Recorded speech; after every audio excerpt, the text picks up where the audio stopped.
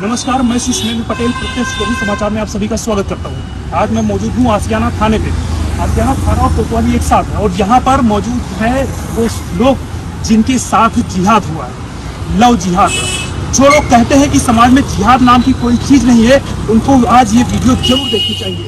उनके आंखें खुल जाएंगी उनकी, और उनको शायद विश्वास हो और शायद उनका भी भविष्य सुधर जाए कहीं ना कहीं ये सच्चाई देख के। तो बात करते हैं जिनके साथ जिहाद हुआ, क्या कैसे हुआ था। मैं टेलीग्राम के माध्यम से एक इंसान से मेरी बातचीत शुरू हुई। एम्स में साइंटिस्ट बताया था, उसका नाम बताया था और बताया था मैं अपनी कोई भी आईडी आपको बता नहीं सकता, वैलिड चीज़ नहीं दे सकता। ऐसा करके धीरे धीरे बात शुरू हुई, फिर धीरे धीरे उसने ट्रस्ट जीता। बात और आगे बढ़ी, बात इलाज किया तो ट्रस्ट और बिल्डअप हुआ। मेरा इलाज करवाया उसने ऐसे करके, तो और चीज़ें हुई ऐसे करके। फिर उसने बताया तुम्हारे घर पे कुछ निगेटिविटीज़ हैं। उसके बातचीत के दौरान घर पे कुछ लोग आए जिन्होंने कुछ बाबा बन के आए, 4-5 लोग, और बताया कि आपके घर में ये सब है और आपके छोटे भाई की मृत्यु हो जाएगी ऐसे करके। जो सेम चीज़ उस बाबा लोग ने बताया वो सेम चीज़ उस पर्सन ने बोला। तो मतलब उसने डराया धमकाया कि आपके घर पे बहुत सारी निगेटिविटीज़ हैं, उसको ख़त्म करने के लिए हमें कुछ करना पड़ेगा, पूजा वगैरह करना पड़ेगा।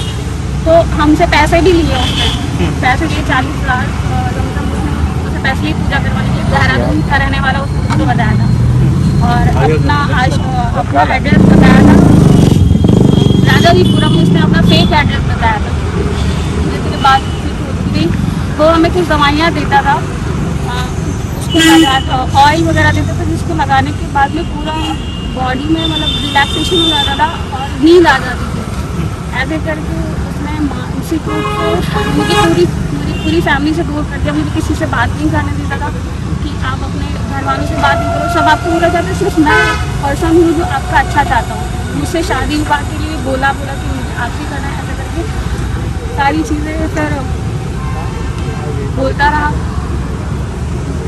मेंटली मुझे बहुत शोषण किया। उसके बाद जब मुझे पता चला, मैंने घर वालों को बताया ये सारी चीज़ें। जब घर वालों को पता किया तो वो एक मुस्लिम इंसान निकला।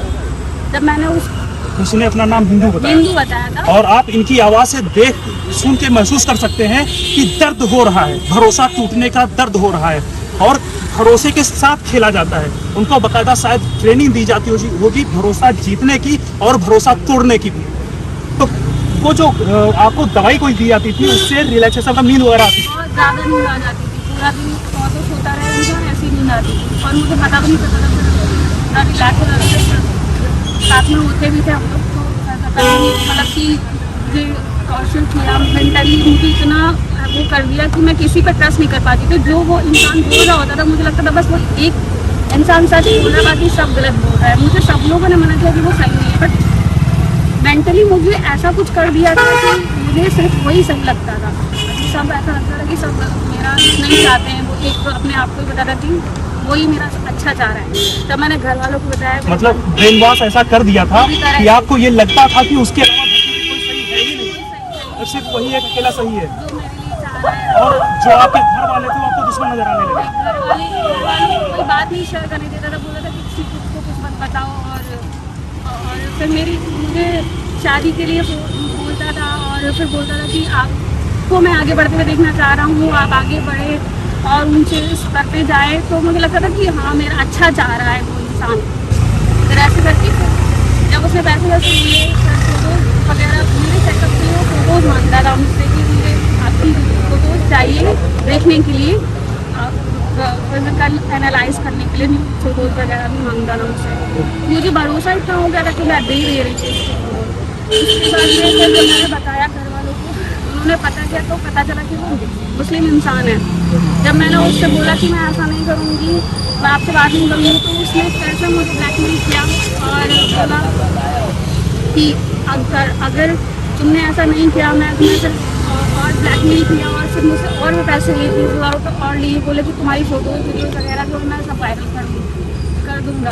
नहीं तो उसने फोटो वीडियो वायरल करने के लिए तब बोला होगा ना जब आपने शादी के लिए मना किया हुआ है, उससे कहना नहीं माना होगा। हाँ, मुझे जब पता चला तो उसके बाद मैंने बात करना बंद कर दिया।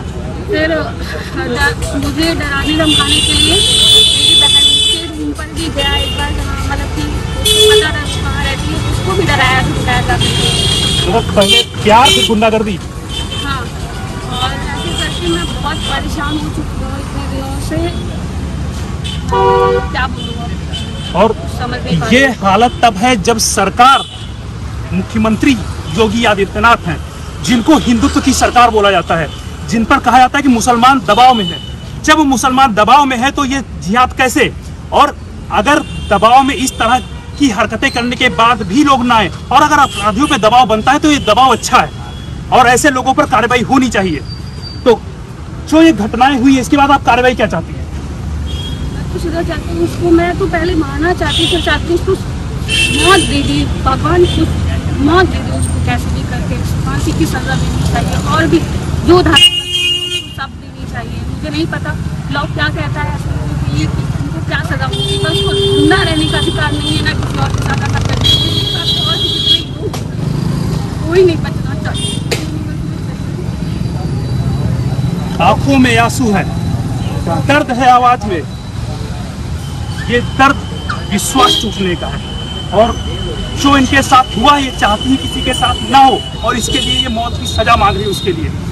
तो ये होना चाहिए या नहीं होना चाहिए, आप बताइए, कमेंट करके बताइए कि क्या होना चाहिए। लेकिन ये जो हुआ है ये शायद मेरे हिसाब से तो गलत है, इंसानियत को कहीं कहीं मारता है और भरोसे को तोड़ता है, और जो भाईचारे, हिंदू मुस्लिम भाईचारे की बात होती है उसको भी ये खत्म करता है। तो बने रहिए हमारे साथ। मैं सुष्मेंद्र पटेल, प्रत्यक्ष समाचार। नमस्कार।